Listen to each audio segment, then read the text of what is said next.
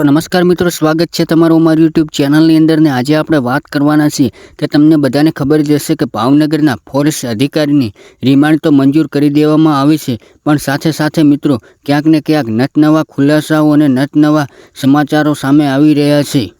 તો મિત્રો આગળ વાત કરવામાં આવે તો સૌથી પહેલાં શું નવી કબૂલાત કરવામાં આવી છે। તો મિત્રો તમને બધાને ખબર જ હશે કે પ્રેમિકા અત્યારે જેલની અંદર છે અને મિત્રો સાથે સાથે એની જોડે પૂછપરછ પણ મિત્રો કરવામાં આવી રહી છે। તો મિત્રો ક્યાંક ને ક્યાંક એવું જોવા મળી રહ્યું છે કે શું આની અંદર એનો હાથ હતો।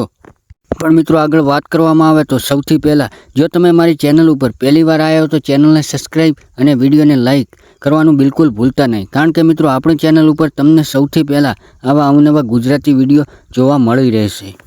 તો મિત્રો તમે બધા જાણતા જ હશો કે ભાવનગરના ફોરેસ્ટ અધિકારીએ જે મિત્રો કાંડ કર્યું હતું, ત્રણ લોકોની જે મિત્રો હત્યા કરવામાં આવી હતી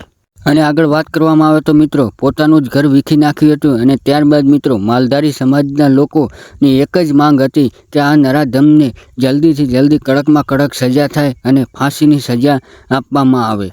પણ મિત્રો આગળ વાત કરવામાં આવે તો ક્યાંક ને ક્યાંક થાય છે એવું કે મિત્રો કોર્ટે 7 દિવસના રિમાન્ડ આપ્યા હતા, 7 દિવસ પણ પૂર્ણ થઈ જાય છે, છતાં પણ મિત્રો ક્યાંય હજી નવા સમાચાર સામે નથી આવી રહ્યા અને કોઈ પણ નવા ખુલાસાઓ પણ મિત્રો હજી સુધી સામે નથી આવી રહ્યા। તો મિત્રો શા માટે આવું થઈ રહ્યું છે? કારણ કે મિત્રો એ ફોરેસ્ટ અધિકારી છે એના માટે આવું થઈ રહ્યું છે કે બીજું કોઈ કારણસર આવું થઈ રહ્યું છે? તો મિત્રો ધન્ય છે ગુજરાત પોલીસ અને ભાવનગર પોલીસને, કારણ કે મિત્રો 2 જ દિવસની અંદર આ નરાધમને પકડી પાડ્યો હતો અને જેલના હવાલે કરી દેવામાં આવ્યો હતો।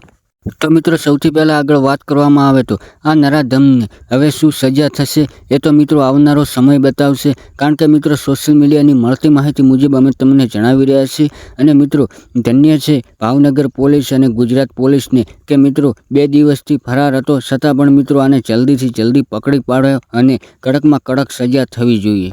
તો મિત્રો ક્યાંક ને ક્યાંક માલધારી સમાજની એક જ માંગ છે કે આ નરાધમને કડકમાં કડક ફાંસીની સજા થવી જોઈએ, પણ મિત્રો કેટલાક લોકો એવું પણ કહી રહ્યા છે કે આ નરાધમને ફાંસીથી પણ ઉપરની સજા મળવી જોઈએ, કારણ કે મિત્રો બીજી વાર કોઈ વ્યક્તિ આવું કાર્ય કરતાં 100 વાર વિચારે।